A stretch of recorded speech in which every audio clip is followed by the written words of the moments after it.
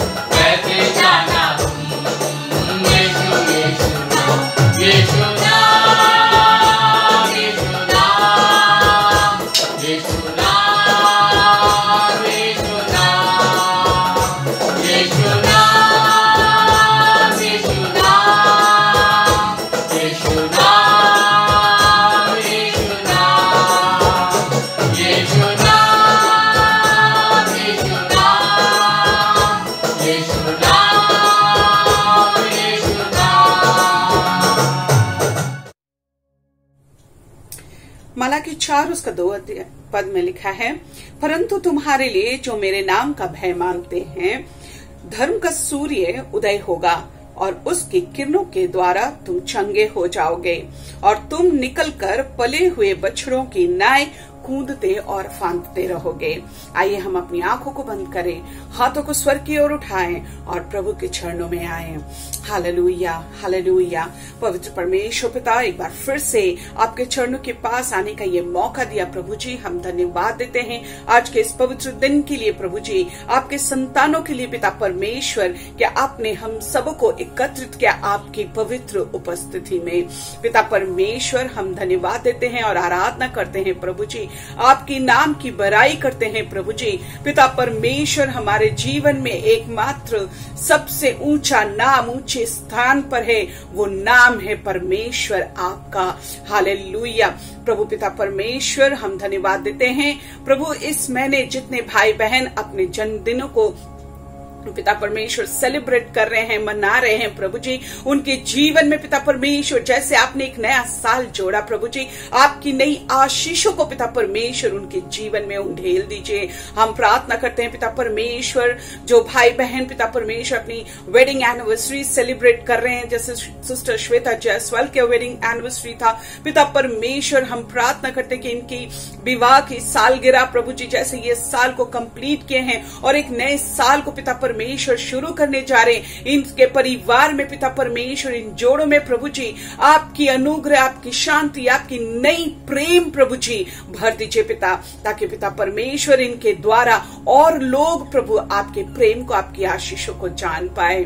हम धन्यवाद देते हैं पिता परमेश्वर आपके वचन के लिए प्रभु, जिस तरह से हमने मलाकी के 4:2 में पढ़ा प्रभु जी, कि आप हमारे लिए जो आप पर विश्वास करते हैं उनके लिए चंगाई को ठहराए हैं प्रभु जी। हम खास करके इस वक्त प्रार्थना करना चाहते हैं अंकल कुमार पाल के लिए प्रभु, जिनके गॉल ब्लैडर में स्टोन है पिता परमेश्वर, ओ प्रभु आप करुणा कीजिए, अपनी दया दीजिए प्रभु जी अंकल के ऊपर पिता परमेश्वर, होने दीजिए दवाई के द्वारा प्रभु जी वो सारे स्टोन्स निकल जाए प्रभु।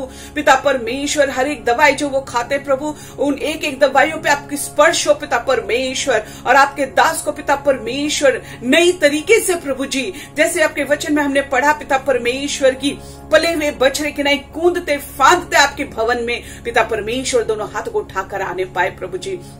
हम धन्यवाद देते हैं आपकी बेटी गीता के जीवन के लिए प्रभु, पिता परमेश्वर आपने उन्हें बुलाया है, चुन लिया है आपके कार्य के लिए पिता परमेश्वर। उनके पैरों में पिता परमेश्वर जो परेशानी है, आपकी बेटी चल नहीं पाती है पिता परमेश्वर, जो वो डॉक्टर्स को दिखाने जाती है प्रभु, हम आपके चरणों में रखते हैं गीता दी को प्रभु जी। ओ प्यारे पिता परमेश्वर, उसके नब्जों को प्रभु आप छुइए पिता परमेश्वर, नई तरीके से अपनी लहू बहा दीजिए प्रभु जी उनमें। ओ प्यारे प्रभु जी, सारे डॉक्टरों से बढ़कर डॉक्टर आप है प्रभु। जब हम आपके चरणों के पास आते हैं पिता परमेश्वर, में और कुछ नहीं चाहिए, अपने हाथ रखिए पिता और अपनी बेटी के जीवन में चंगाई बख्श दीजिए। हम प्रार्थना करते हैं पिता परमेश्वर, उस छोटे से बच्चे 3 महीने के बच्चे आशीष के लिए प्रभु जी, पिता परमेश्वर वो बच्चा डायरिया से परेशान है, उसके मम्मी पापा डॉक्टर के पास ले गए हैं पिता परमेश्वर, पर उनका भरोसा आप पर है। और प्रभु आप अपने वचन में बार बार लिखे हैं कि तेरा विश्वास तुझे चंगा किया है। ओ प्रभु पिता परमेश्वर, आज उस माँ के, उस पापा के पिता परमेश्वर विश्वास को देखते हुए प्रभु जी आशीष को चंगाई दीजिए पिता परमेश्वर। हालेलुया। हम प्रार्थना करते हैं प्रभु जी ब्रदर सुरेंद्र नाथ के फादर इन लॉ के लिए प्रभु, उनके पेट में दाने निकल आए हैं पिता परमेश्वर। हर एक तरह की बीमारियां नहीं होती है हमारे लिए, हम उन्हें नहीं जानते, नहीं पहचानते प्रभु, आपके लिए कोई बात नहीं है प्रभु जी। पिता परमेश्वर आप सर्वज्ञानी परमेश्वर, हमारे रचयिता, हमें सृष्टि करने वाले पिता परमेश्वर, हमारे शरीर की एक एक बूंद लहू से लेकर प्रभु हमारे सरों के एक एक बाल आप गिन कर रखे हैं प्रभु जी। ओ प्यारे पिता परमेश्वर, उस पिता के पेट में जो भी दाने हैं पिता हम नहीं जानते प्रभु। ओ प्यारे पिता परमेश्वर, पर हम आपके पास उन्हें लाते हैं क्योंकि आप सब जानते हैं प्रभु जी। पिता परमेश्वर उनकी चंगाई हम आपके पास मांगते हैं प्रभु, आप उनकी पेट पर अपने हाथ रखिए, उद्धार दीजिए पिता परमेश्वर। उनको पिता परमेश्वर हमारी सारी प्रभु जी हम प्रार्थना करते हैं सिस्टर एग्नेस के लिए प्रभु जी, उनके बेटे के लिए पिता, वो माँ अपनी सुरक्षा के लिए, प्रभु अपने बुढ़ापे के सहारा के लिए चिंता कर रही है। प्रभु हम प्रार्थना करते पिता परमेश्वर, प्रभु उनके बेटे में प्रभु जी आप अपनी बुद्धि, अपनी ज्ञान पिता परमेश्वर, अपनी समझदारी भर दीजिए पिता परमेश्वर। आप कलवरी के क्रूज पे जब थे यीशु मसीह, आप अपने सांसारिक माता की ओर देखकर प्रभु आपने अपने चेले से कहा कि ये तेरी माँ है, उनके ऊपर अपनी रिस्पॉन्सिबिलिटीज दिए प्रभु जी। ओ पिता परमेश्वर हम प्रार्थना करते हैं कि सिस्टर एग्नेस के बेटे के ऊपर भी प्रभु आपके अनुग्रह हो प्रभु जी, वो समझदारी, वो रिस्पॉन्सिबिलिटी वो समझे पिता परमेश्वर अपनी माँ की, और प्रभु जी वो अपनी माँ की जो चिंता है उसे दूर कर पाए। हालेलुया पिता परमेश्वर, हम सारी विनती आपके पास रखते हैं, क्योंकि पिता परमेश्वर हम जानते हैं कि उत्तर देने वाले परमेश्वर एकमात्र आप हैं। प्रभु पिता परमेश्वर हमारे शहर में, हमारे देश में, पूरे संसार में इस वक्त प्रभु जी कोरोना वायरस हावी हुए हुए प्रभु जी, पिता परमेश्वर लोगों को परेशान किए हुए, कितने लोग इससे इन्फेक्टेड हैं प्रभु, कितने जगह में प्रभु जी लोगों को अभी लॉकडाउन में फंस गए हैं। ओ प्यारे पिता परमेश्वर हम आपसे विनती करते हैं प्रभु पिता परमेश्वर, सृष्टि के रचयिता प्रभु जी, ओ प्यारे पिता आपके बिना आज्ञा के, पिता आपके बिना मर्जी के पेड़ का एक पत्ता भी नहीं हिलता है प्रभु पिता परमेश्वर। हम आपसे विनती करते हैं प्रभु इस कोरोना वायरस पे आपकी कंट्रोल हो पिता परमेश्वर। ओ प्रभु जी आपकी इच्छा अनुसार प्रभु इसे हमारी पृथ्वी से हटा दीजिए प्रभु जी। लोग जो परेशान है प्रभु, पीड़ा में है प्रभु, उन्हें राहत दीजिए पिता परमेश्वर। इस वक्त प्रभु जी जितने लोग अभाव में हैं पिता, नौकरी ढूंढ रहे हैं, भोजन की कमी है घरों में प्रभु पिता परमेश्वर, आप अपनी भंडार से हर एक की भंडार को पूरा कीजिए प्रभु जी। ओ पिता परमेश्वर हर एक को पिता आपके चरणों के पास रखते हैं। इस वक्त पिता परमेश्वर हम एक मन एक चित्त होकर प्रभु अपने आप को फिर से खाली करके आपके भवन में आए हैं प्रभु जी, ताकि आपके वचन द्वारा हम आशीष को भर के लेके जा सके पिता परमेश्वर। आपने अपने दास को ठहराया है प्रभु कि वो आपके वचन को हमारे बीच लाए पिता परमेश्वर, उन्हें अभिषेक कीजिए अपनी लहू से पिता, और प्रभु जो आपने हमारे लिए रखा है उनके द्वारा प्रभु वो आज पूरा कीजिए, सामर्थ दीजिए पिता परमेश्वर। प्रार्थना करते प्रभु एक बार फिर से प्रभु जी हम सबों की जो भी गलती है, गुनाह है प्रभु आपके निगाहों में पिता परमेश्वर वो सही नहीं है पिता परमेश्वर, हर एक बातों की आज माफी चाहते हैं प्रभु, हमें क्षमा कीजिए और आपके अनुग्रह के लायक प्रभु जी फिर से एक बार बना दीजिए। हालेलुया धन्यवाद पिता परमेश्वर। एक बार फिर से हर एक बातों को आपके चरणों में सौंपते हैं, सारी आदर महिमा विनती यीशु नाम से आपके चरणों में सौंपते हैं। दया से सुनिए और ग्रहण कीजिए अपने पवित्र राज में। आमीन। Praise the Lord, hallelujah. परमेश्वर को धन्यवाद देते हैं आज के दिन के लिए कि प्रभु ने मौका दिया कि एक बार फिर से आपके सामने हम आए और परमेश्वर के वचन को बांट सके। और हम सभी तरह तरह के मुश्किलातों से होकर के गुजर रहे हैं, परेशानियों की हालात से होकर के गुजर रहे हैं, साथ ही साथ आर्थिक मंदी भी चल रही है। परंतु ऐसे समय में जब परमेश्वर का वचन, परमेश्वर का दास हमसे और आपसे कहता है फिलिपियों की पत्री और उसके 4 अध्याय और उसके 4 पद में, प्रभु में सदा आनंदित रहो। मैं फिर कहता हूं प्रभु में आनंदित रहो। और कभी कभी सोचने में अजीब सा लगता है कि मैं कैसे आनंदित रहूं, दुनिया कैसे आनंदित रहे, हम और आप कलीसिया कैसे आनंदित रहे, जब चारों तरफ एक अंधकार की शक्ति बहुतायत की मात्रा में काम कर रही है। पर मैं आपको बता दूं कि यह संभव है, क्योंकि पौलुस इस पद को जब लिख रहा है, इस पत्री को लिख रहा है, तो पौलुस उस समय जेल खाने में बंद है, और एक जेल खाने में भी एक अलग किनारे वो बंद है। परंतु तो भी उस सताव की घड़ी में भी जेल खाने में बंद इसलिए था क्योंकि उसने प्रभु यीशु मसीह की गवाही दी थी, प्रभु यीशु मसीह के सुसमाचार को सुनाया था। और वही पौलुस वैसी परिस्थिति में भी, वैसी सताव की घड़ी में भी पौलुस कहता है कि प्रभु में सदा आनंदित रहो। कैसे संभव है एक मसीही के लिए कि वह प्रभु में सदा आनंदित रहे? देखिए, हमारा ध्यान दो तरफ इस संसार में जाता है।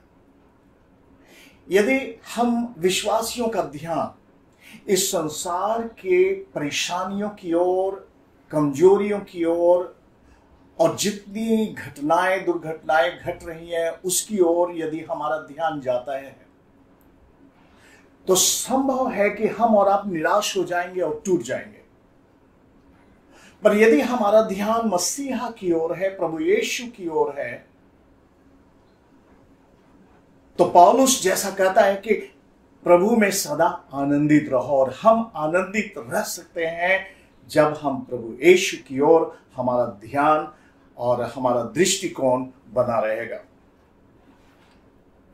कुछ कारण है जिसकी वजह से, कौन कौन से कारण हैं जिसकी वजह से हम और आप मसीही आनंद का उपभोग कर सकते हैं। क्या कारण है कि एक विश्वासी, एक मसीही आनंद का मजा ले सकता है? कई चीजें हैं।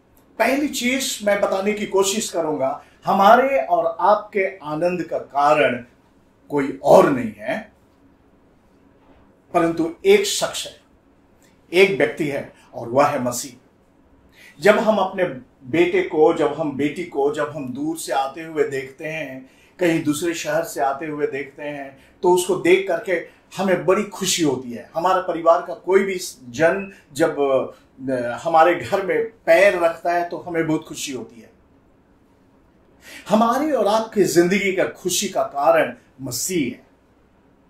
प्रभु यीशु मसीह की दासी, परमेश्वर की दासी मरियम अपने घर में थी, सामान्य जीवन जी रही थी, और एक दिन क्या हुआ कि स्वर्गदूत उसके पास आए और स्वर्गदूत ने उसे कहा कि मत डरो, देखो मैं तुम्हें बड़ी आनंद का शुभ समाचार सुना रहा हूं जो सब लोगों के लिए है। लूका रचित सुसमाचार और 2 अध्याय के 10 पद में, मत डरो क्योंकि मैं तुम्हें आनंद का सुसमाचार सुना रहा हूं। वह दुख का नहीं, वह परेशानी का नहीं, परंतु आनंद का सुसमाचार सुना रहा हूं। और क्या सुसमाचार है? वह सुसमाचार ऐसा सुसमाचार है जो सब लोगों के लिए है, खास विशेष व्यक्ति के लिए नहीं, खास विशेष जाति के लिए नहीं, परंतु वचन कहता है हर एक मनुष्य के लिए जो इस पृथ्वी पर है। यह आनंद का सुसमाचार है। जो हमारे और आपके लिए यह सुसमाचार, यह सुसंदेश जो है वह मसीह का आनंद, मसीह का उपस्थित। मरियम के लिए वह शुभ संदेश था क्योंकि परमेश्वर प्रभु यीशु मसीह को इस संसार में भेजने वाले हैं। एक चीज और हम पाते हैं लूका रचित सुसमाचार और उसके 19 अध्याय और 37 से 38 पद में, प्रभु यीशु मसीह यरूशलेम जा रहे थे, और यरूशलेम जब जा रहे थे तो यीशु मसीह के जितने शिष्य मंडली थी प्रभु यीशु मसीह के इर्द गिर्द खड़े हुए, उनके पीछे पीछे चलने लगे, सामने आ गए। वे इतने खुश और इतने खुश मिजाज थे कि प्रभु यीशु मसीह के जय जयकार के नारे लगा रहे थे। लूका रचित सुसमाचार 19 अध्याय 37 और 38 पद में वचन कहता है, जब वे जैतून पहाड़ की ढाल पर पहुंचे तो पूरा शिष्य समुदाय आनंद विभोर होकर आंखों देखे सब आश्चर्यपूर्ण कार्यों के लिए ऊंचे स्वर से इस प्रकार परमेश्वर की स्तुति करने लगे, धन्य है वह राजा जो प्रभु के नाम पर आता है, स्वर्ग में शांति, सर्वोच्च स्वर्ग में महिमा। आमीन।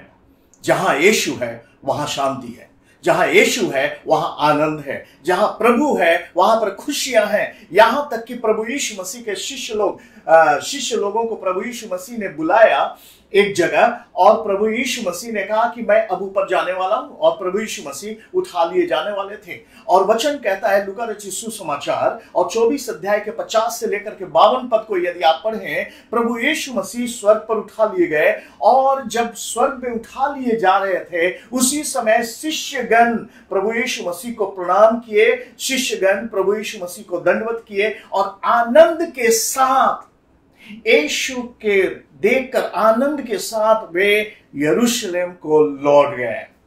प्रभु यीशु मसीह का स्वर्ग में उठाया जाना इस बात का प्रतीक नहीं था कि यीशु अब चले गए, अब उसका अस्तित्व नहीं है, परंतु प्रभु यीशु मसीह ने कहा है मैं जाता हूं परंतु तुम्हारे लिए एक सहायक भेज दे रहा हूं जो तुम्हें मेरी बातों में से बताएगा, जो तुम्हें शांति देगा, जो तुम्हारे साथ साथ रहेगा और तुम्हें सब बातों को सिखाएगा। सो परमेश्वर को धन्यवाद देते हैं कि परमेश्वर ने हमें और आपको अकेला नहीं छोड़ा है। पिता परमेश्वर ने अपने पुत्र प्रभु यीशु मसीह को हमारे लिए भेजा और सशरीर जब वह उठा लिया गया हमारे और आपके लिए एक आशा दे दी कि वह पवित्र आत्मा हमारे और आपके साथ है, वह यीशु हमारे साथ है, क्योंकि यीशु ने स्वयं कहा देखो जहां जहां तुम्हारे पैर जाएंगे, जहां जहां तुम जाओगे मैं तुम्हारे साथ साथ रहूंगा, मैं तुम्हें कभी नहीं छोड़ूंगा और न तुम्हें कभी नहीं त्यागूंगा। सो हम आनंदित हो, और किस लिए आनंदित हो? क्योंकि मसीह हमारा प्रभु है, यीशु हमारा प्रभु है।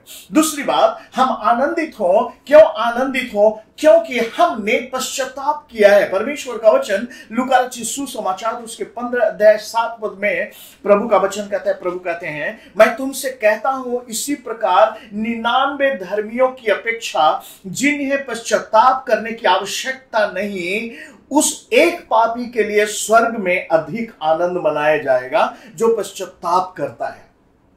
यह बात यीशु ने उस समय कही थी जब प्रभु यीशु मसीह ने दृष्टांत के रूप में अपने चेलों को और सद्दुकी, फरीसी, शास्त्री जो वहां पर मौजूद थे उनसे यीशु कह रहे थे कि यदि 100 में से एक भी यदि खोया हुआ है, प्रभु यीशु मसीह कहते हैं क्या चरवाहा 99 को छोड़ करके एक को ढूंढने के लिए नहीं जाएगा?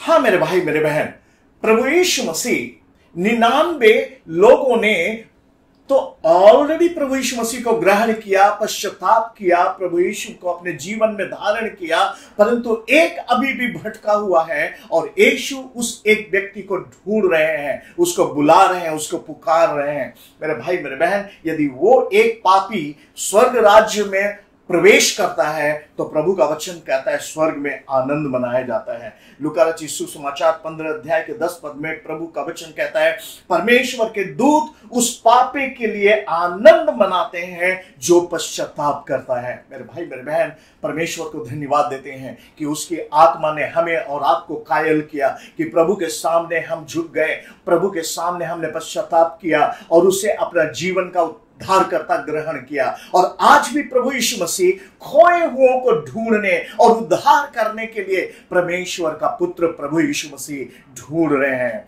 क्या यदि आप उस व्यक्तियों में से हैं, उन व्यक्तियों में से हैं, तो मैं आपसे आग्रह करता हूं कि यीशु के पास आइए। वह आपसे प्यार करता है, वह आपको चाहता है। अपने पुराने जीवन पर पश्चाताप करें, छोड़ दे उसे और एक नए जीवन को अपने हृदय में, अपने जीवन में अपना ले। और तीसरी बात जिसके कारण से हमें आनंदित होना चाहिए, वह तीसरी बात है कि हमारे और आपके पास एक बहुत बढ़िया गिफ्ट है और एक बढ़िया उपहार है, और वह है साल्वेशन, या वह है उद्धार। एक बार एक खोजा यरूशलेम को आया। वह यरूशलेम आराधना करने के लिए आया था, परंतु जब वो लौट रहा था तो रथ पर सवार होकर के वह यशाया की पुस्तक को पढ़ रहा था। वह समझ नहीं पा रहा था कि यशाया की पुस्तक में जो कुछ लिखा है उसका मतलब क्या है। परंतु इसी समय परमेश्वर की आत्मा ने फिलिपुस, जो प्रभु का चेला था, फिलिपुस से बातचीत की और फिलिपुस से परमेश्वर की आत्मा ने कहा कि जा उस रथ के पीछे हो ले।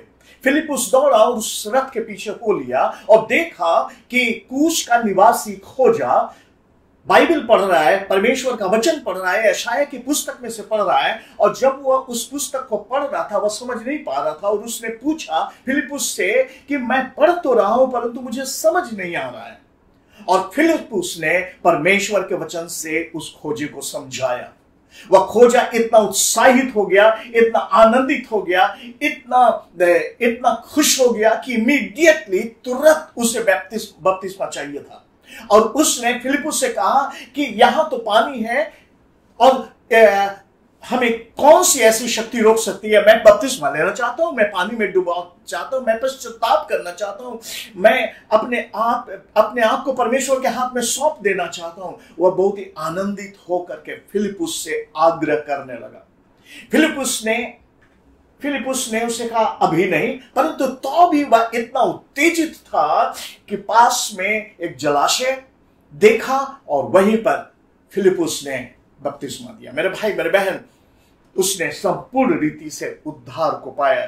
मेरे भाई मेरे बहन, परमेश्वर का वचन कहता है हमारे पास एक चीज है, वह उद्धार है, पापों की क्षमा है, नया जीवन है, अनंत जीवन। रोमियो 5 अध्याय के 11 पद में प्रभु का वचन कहता है हम अपने प्रभु यीशु मसीह के द्वारा, जिसके द्वारा हमारा मेल हुआ, परमेश्वर के विषय में घमंड भी करते हैं। आमेन, आमेन, हालेलुया। दूसरी बात हम भूल न जाएं, फिलिपियों 4 अध्याय के 4 पद में जैसा हमने पढ़ा था कि प्रभु में सदा आनंदित रहो। मैं फिर कहता हूं, प्रभु में सदा आनंदित रहो। दूसरा कारण हम क्यों आनंदित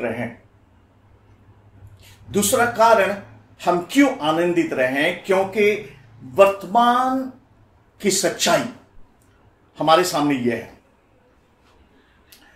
परमेश्वर का वचन मत्ती रचित सुसमाचार 13 अध्याय उसके 44 पद में, स्वर्ग का राज्य खेत में छिपे हुए धन के समान है, जिसे किसी मनुष्य ने पाकर छिपा दिया और मारे आनंद के जाकर अपना सब कुछ बेचकर उस खेत को मोल लिया। स्वर्ग का राज्य खेत में छिपे हुए धन के समान है। ब्यूटीफुल, बहुत ही खूबसूरत। हमारे पास क्या है? प्रभु यीशु मसीह ने कहा सत्य, मार्ग और जीवन मैं हूं।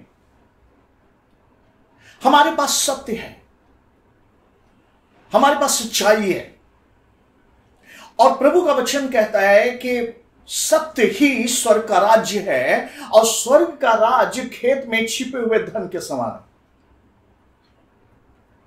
परमेश्वर का वचन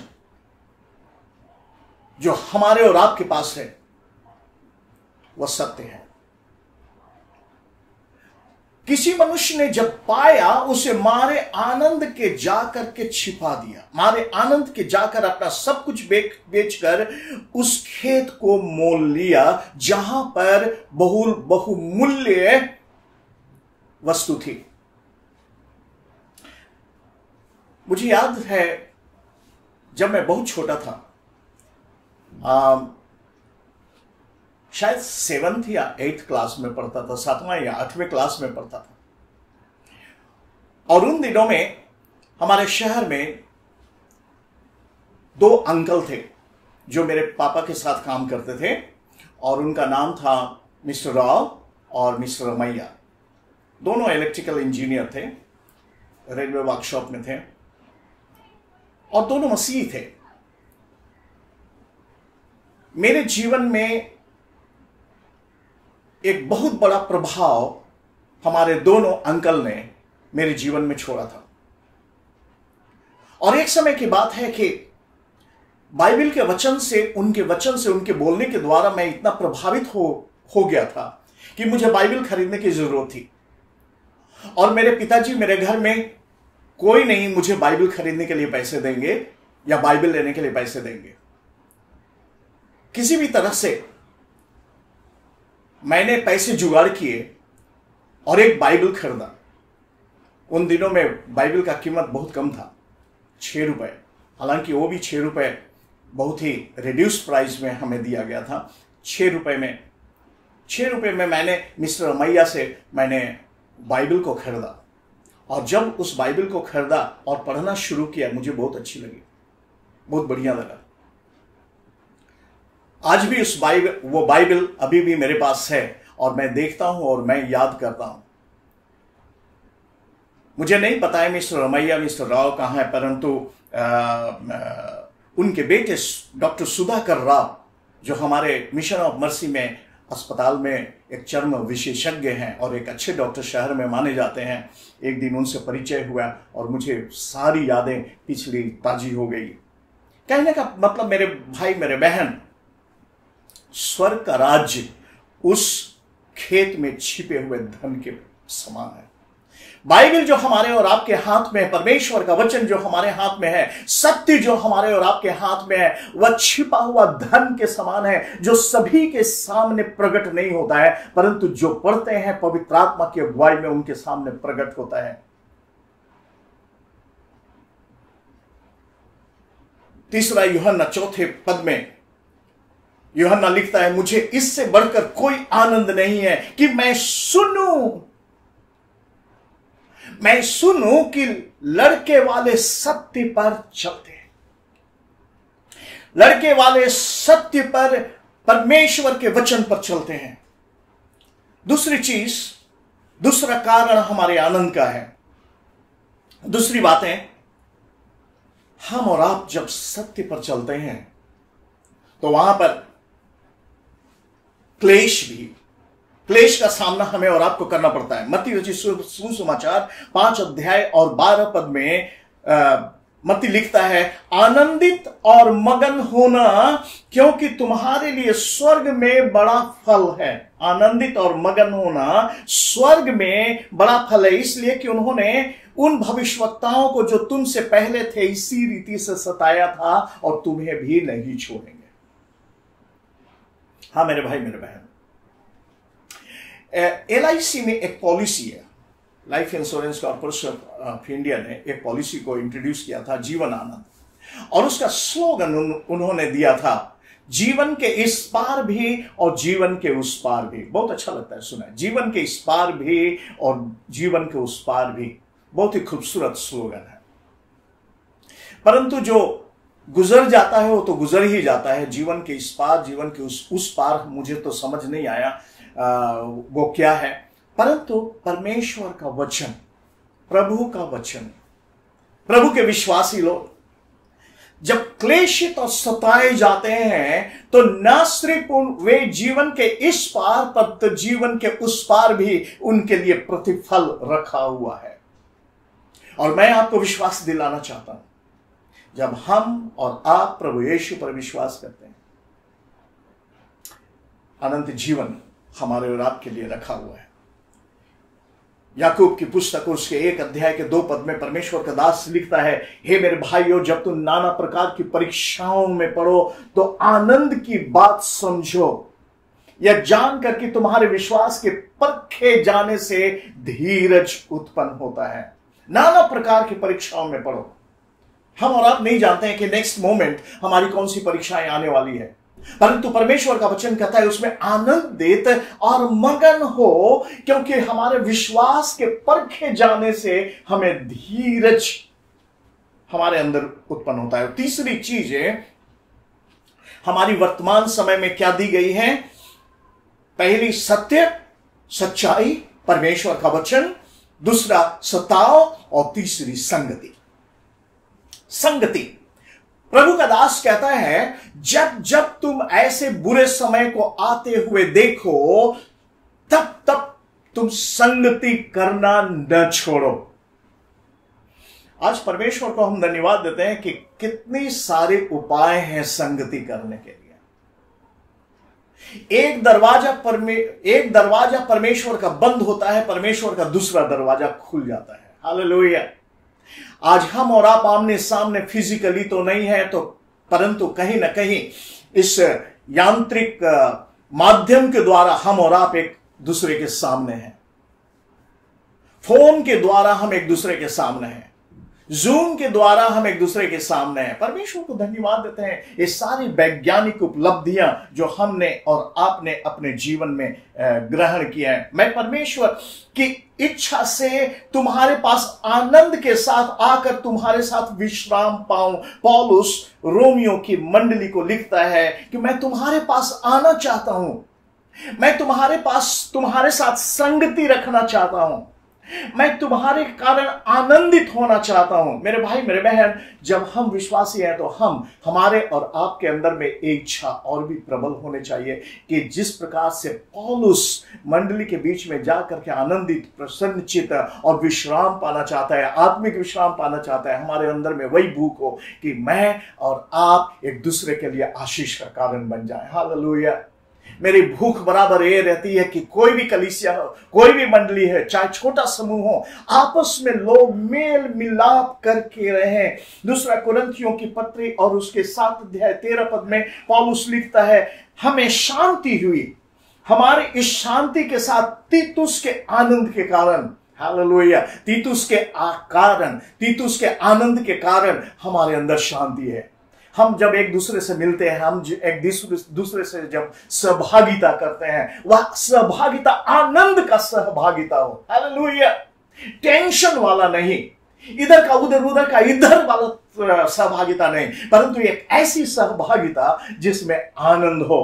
तो एक दूसरे को शांति मिलता है। आनंद हुआ क्योंकि उसका जी तुम सबके कारण हरा भरा हो गया। परमेश्वर से मैं यही प्रार्थना करता हूं कि परमेश्वर उस तीतुस के कारण मंडली का जी हरा भरा हो गया, परमेश्वर होने दे ताकि मेरे कारण बहुतों का जी हरा भरा हो जाए। और हमारी प्रार्थना है कि परमेश्वर आपको मदद करे कि आपके कारण बहुत से लोगों का जी हरा भरा हो जाए। और फिलिपियों की पत्री और उसके 2 अध्याय के 2 पद में पौलुस लिखता है, मेरा यह आनंद पूरा करो, एक मन रहो, एक ही प्रेम, एक ही चित्त और एक ही मनसा रखो। आमीन। एक ही मन, एक ही चित्त और एक ही मनसा। और पौलुस कहता है मेरा आनंद पूरा हो जाए। तीसरी बात है, एक आनंद का तीसरा कारण, और वो है आशीषमय भविष्य। हमारे पास एक भविष्य है। कभी कभी अपने बच्चों को देखते हैं और कहते हैं तुम्हारा भविष्य क्या होगा, तुम ठीक से पढ़ते नहीं हो, क्या करोगे समझ नहीं आता। आजकल हम लोग सोचते हैं हम लोग के बच्चों का भविष्य क्या होगा। बेरोजगारी दिन प्रतिदिन बढ़ती जा रही है, फिर बाहर से भी लोग आ रहे हैं हमारे देश में, बेरोजगारी की संख्या बढ़ रही है, आर्थिक परिस्थिति खराब हो रही है।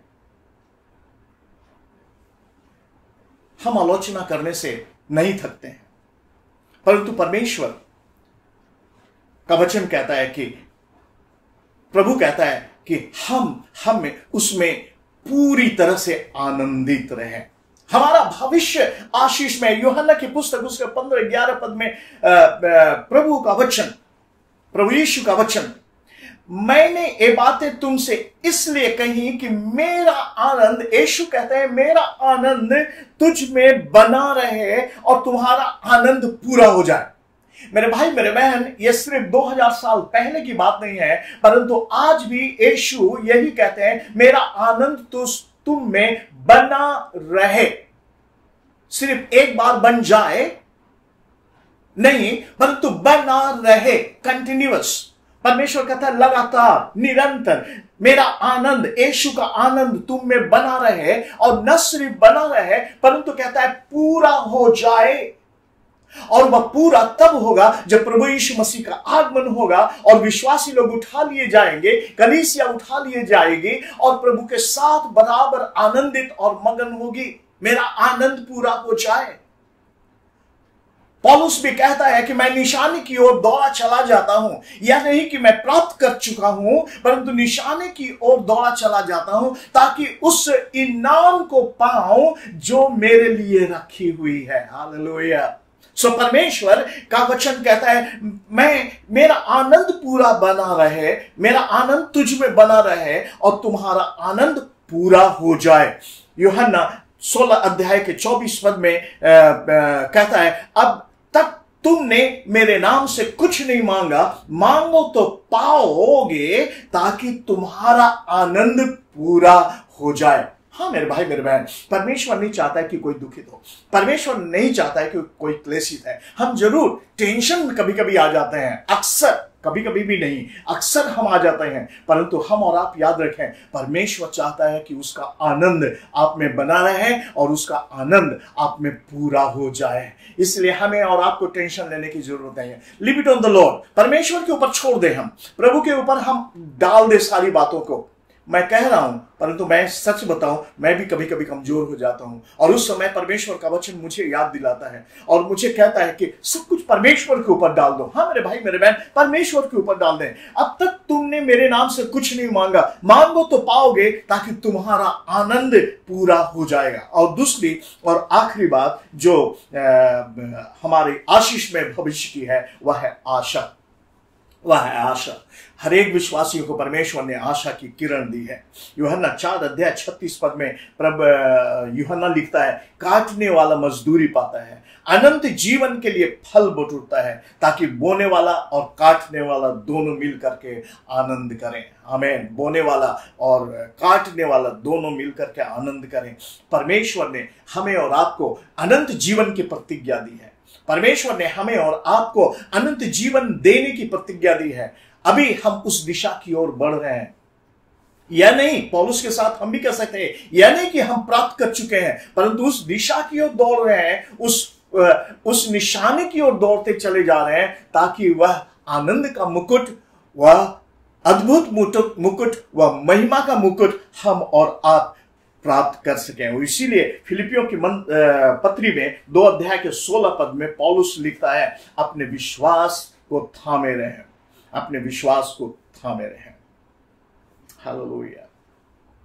यूहन्ना 16:22 में प्रभु का यूहन्ना लिखता है, तुम्हें अब तो शोक है, परंतु तुमसे फिर मिलूंगा, तुम्हारा मन आनंद होगा। आमीन।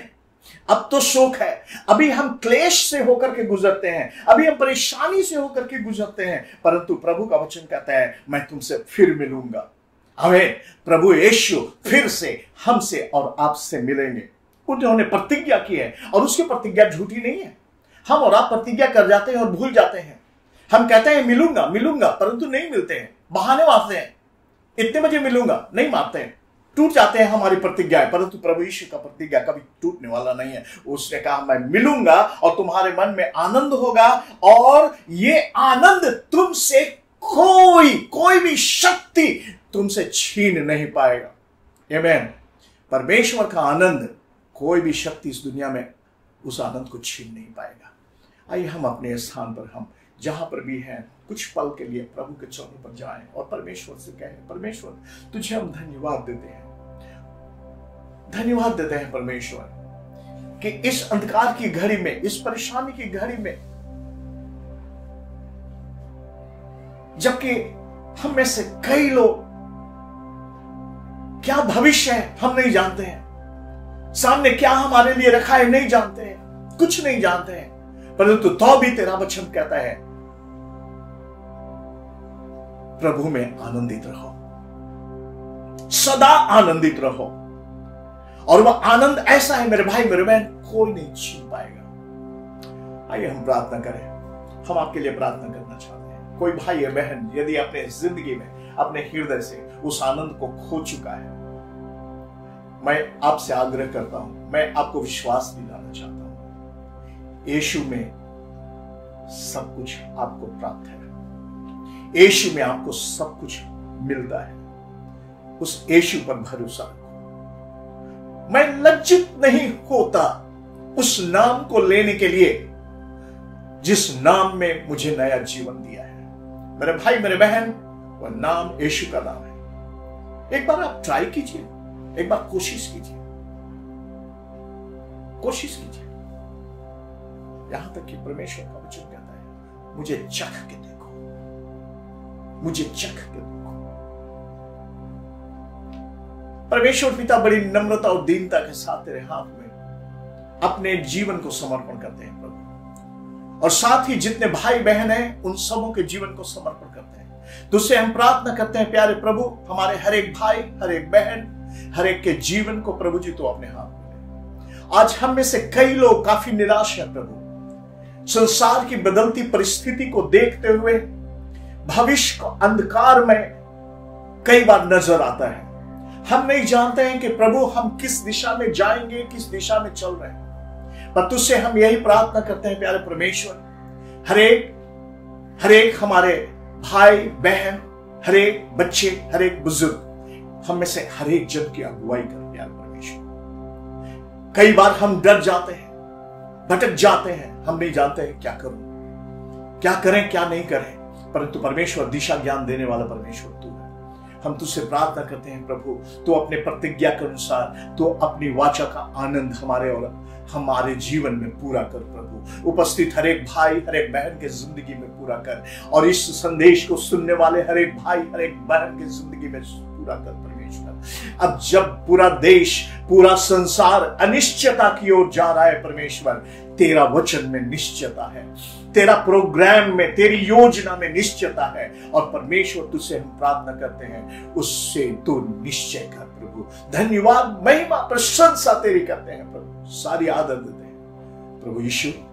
तो हमारे साथ हो, तेरे पवित्र और मीठे नाम से मांगते हैं, आमीन, आमीन, आमीन। परमेश्वर का ये जीवित वचन आपके जीवन में फैलाए। अगर आपको परमेश्वर के विषय में और अधिक जानकारी चाहिए, आपके या आपके परिवार के लिए किसी के लिए प्रार्थना रिक्वेस्ट भेजना है, या प्रभु ने आपके जीवन में कार्य किया है और आप गवाही देना चाहते हैं, तो आपके स्क्रीन पे व्हाट्सएप नंबर दिए गए हैं, उन नंबरों पे कृपया लिखें। परमेश्वर आपके साथ हो। सबको जय मसीह की।